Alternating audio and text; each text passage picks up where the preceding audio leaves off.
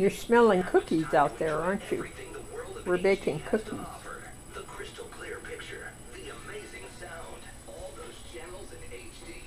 Kazoo, do you smell the cookies too?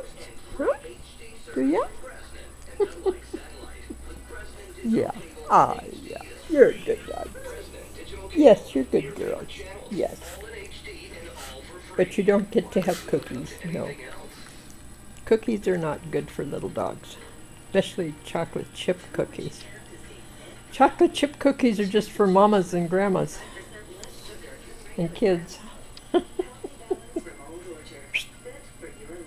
Kazoo! Kazooie! There she is. Yes. What a sweet girl. Yes. You're very nice. Yes. A good girl. Yeah.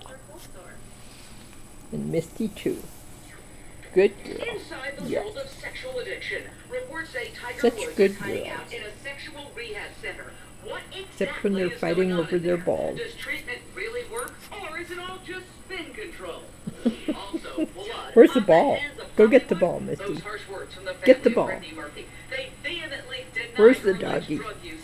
Go get the doggy. And her husband's actually pointing the finger at Hollywood. What does he think killed Brittany? Tonight, what killed Brittany Murphy? Her family confronts the harsh rumors swirling around the actress's mysterious death. There were a slew of prescription drugs found in the home, but they completely deny she had any addiction or eating disorder. Here is Brittany's husband on NBC's Today Show.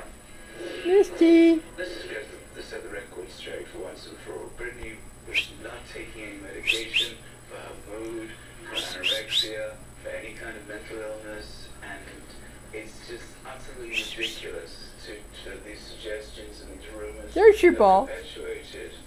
The 32-year-old actress whose What are you sniffing out? just married died a month ago in her LA What are you home, girls looking reportedly for? Cardiac arrest. We're still waiting for the toxicologist reports to tell us exactly what caused her death. Brittany's mom believes it was a heart murder. Her husband thinks it was a virus. He also thinks most of the prescription pills found in their home were hid. Hey, He admits Kazooie. Brittany took at least one narcotic painkiller, but says that was just for her menstrual cramps. We're going to analyze that with a team of experts. But what about Brittany's erratic behavior and what some call extreme weight loss? Her mom and husband say, whoa, wait a minute, they can explain.